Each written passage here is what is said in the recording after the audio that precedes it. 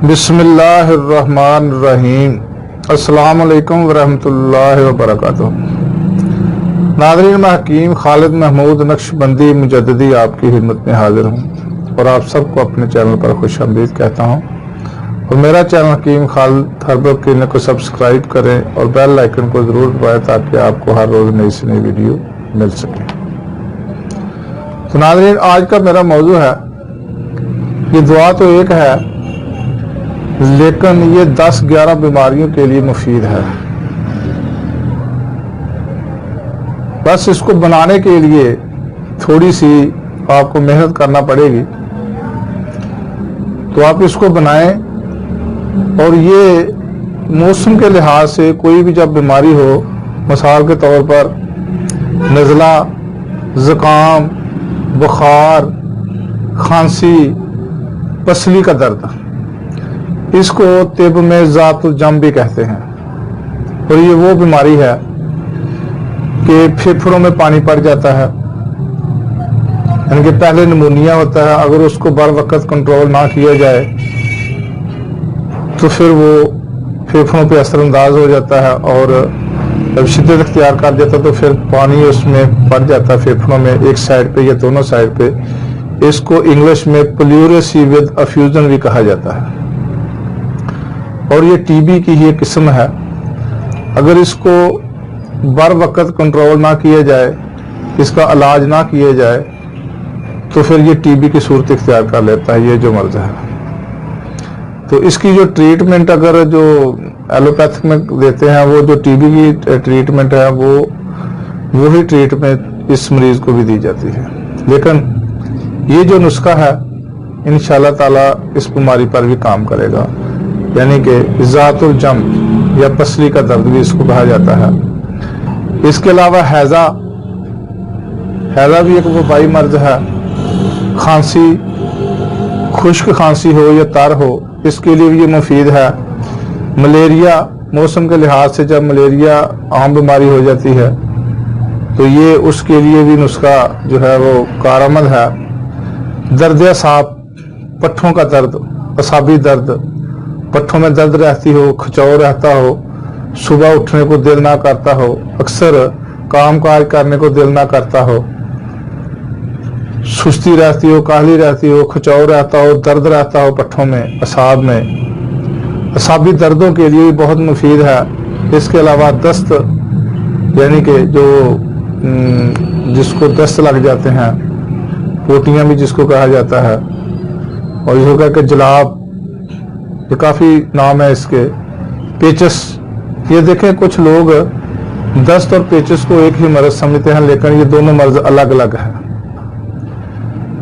पेचस और दस्त की जो बीमारियां हैं अलग अलग है, इसका नुस्खा भी अलग अलग है। लेकिन ये जो नुस्खा है इंशाअल्लाह ताला दोनों पेचस में भी काम करेगा और दस्त में भी काम करेगा। और जिसको उल्टियां आती हों, बंद ना होती हों, उसके लिए ये नुस्खा अक्सीर का दर्जा रखता है। तो उल्टियां रोकने के लिए भी ये बहुत ही मुफीद है। तो नाज़रीन, ये नुस्खा इन तमाम बीमारियों के लिए एक अक्सीर की हैसियत रखता है। तो आप इसको बनाएं, बनाने में भी इतनी दिक्कत नहीं है, आसानी से बन जाएगा, लेकिन थोड़ी सी मशक्कत तो करना पड़ेगी, क्योंकि जितने भी नुस्खे हैं ये इसमें ज्यादातर कुछ तो वो नुस्खे हैं जिनको हम आग के जरिए आग देते हैं, यानी कि वो नुस्खे बनाते हैं, इसको हम कुश्ता भी कहते हैं तिब में। तो कुछ दवाएं ऐसी हैं कि जो रगड़ाई से बनती हैं, कि जितनी उसकी रगड़ाई की जाए वो दवाएं उसमें जो है वो एक दूसरे से को जो असर होता है वो ज़ायल कर देती हैं, उसमें जो समियात होते हैं, तो वो दवाई रगड़ाई के जरिए ही बनाने के काबिल बन जाती है और वो नुस्खा इस्तेमाल किया जाता है। तो नाज़रीन, ये वो नुस्खा है, ये इन तमाम अमराज के लिए मुफीद है। तो इसमें चीज़ें भी 2-3 हैं, ज़्यादा नहीं है। सम्मुल फार सफ़ेद 1 ग्राम आपने लेना है। बेश, ये भी 1 ग्राम लेना है।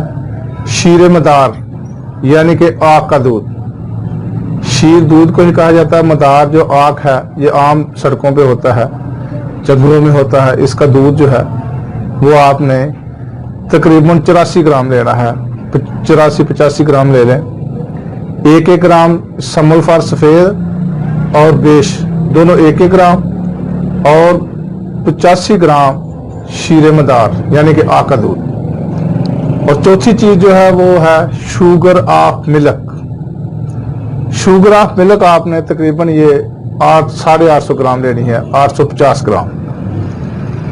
अब ये चारों चीजें जो है ये खूब खर्ल करनी है, कम अज कम लगातार 8 घंटे। अगर 8 घंटे लगातार खर्ल नहीं कर सकते तो जितनी देर आप खर्ल कर लें, अगर उसमें आपने वक्फा डालना है तो नोट कर लें। अगर 5 मिनट, 10 मिनट, 15 मिनट आपने उसको खर्ल किया है तो उसके बाद आप वो नोट कर लें, और जब दोबारा शुरू करें जितना भी उस मरतबा आप खर्ल करेंगे ये करते जाएं, काउंट करते जाएं, हत्ता के 8 घंटे जब पूरे हो जाएं फिर इस दवाई को आप छोड़ें। लेकिन खर्ल जोरदार हाथों से करना है इसको, ताकि इसमें ये जो समल्फर सफ़ेद है और जो बेश है दोनों दवाएं जो है वो समियात हैं, समी है, जहरीली है। और जब इसमें वो खर्ल की जाएंगी तो उसकी समियात जो है ना वो बिल्कुल ख़त्म हो जाएंगी और वो खाने के काबिल हो जाएगी और इन तमाम अमराज के लिए मुफीद होंगी। अगर आपने खर्ल अच्छे तरीके से ना किया तो फ़ायदे की बजाय नुकसान होगा, ये आप जहन में रख लें। अगर ना बना सकते हो तो किसी भी तबीब की निगरानी में बनाए या कोई मुस्तनद हकीम हो उससे मशवरा ले लें। मुझसे रब्ता करके मुझसे पूछ सकते हैं। लेकिन अगर कोई आदमी अपनी मर्जी से बनाए और उसको मुकम्मल तौर पे ना बनाए तो फिर वो यानी कि दवाई नामुकम्मल रहती है, बजाय फ़ायदे के फिर नुकसान देती है। इसलिए ये जितनी भी दवाएं हैं ख़ासकर इनको जो अगर जिनका मैं बताता हूँ कि आग देनी है गुले हिकमत करके उस तरीके से बनाएं, जिसको मैं कहता हूँ खर्ल करना है, खर्ल के जरिए उतना ही खर्ल करना है जितना का मैं बताऊं, बल्कि उससे थोड़ा सा अगर ज्यादा भी हो जाए तो बेहतर है, उससे कम नहीं होना चाहिए। मैंने 8 घंटे बताया, 8.5 घंटे कर ले तो वो बेहतर है, 7.5 घंटे नहीं करना आपने। तो इसलिए कि ये नुस्खे जात जितने भी हैं, ये जितना भी आप खर्ल करेंगे उतना ही ये कामयाब होगा। तो नाज़रीन, ये था आज का नुस्खा, इन तमाम अमराज के लिए बहुत ही मुफीद है। और इसकी जो खुराक है, जब आप तैयार कर लें इसको खर्ल करके, इतना खर्ल कर लें कि जैसे सुरमा होता है, बल्कि सुरमे सा भी बारीक, इतना खर्ल करें इसको। तो फिर इसको शीशे के किसी भी जार में, बर्तन में संभाल कर रखें। सिर्फ 4 रतियाँ आपने खुराक इसकी लेनी है। 4 चावल 4 चावल आपने इसको सुबह लेना है।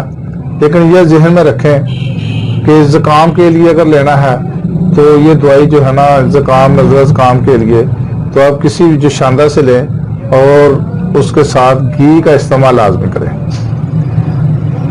यानी कि इस दवाई के साथ दूध और घी का लाजमी इस्तेमाल करना है, और मुनासिब तरका जो है वो इसके साथ ही आप ले ले तो इसके और 2 चंद फ़ायदे हासिल हो जाएंगे। नाज़रीन, अगली वीडियो तक के लिए मुझे इजाज़त दें। खुदा हाफिज़। अस्सलाम वालेकुम व रहमतुल्लाहि व बरकातुहू।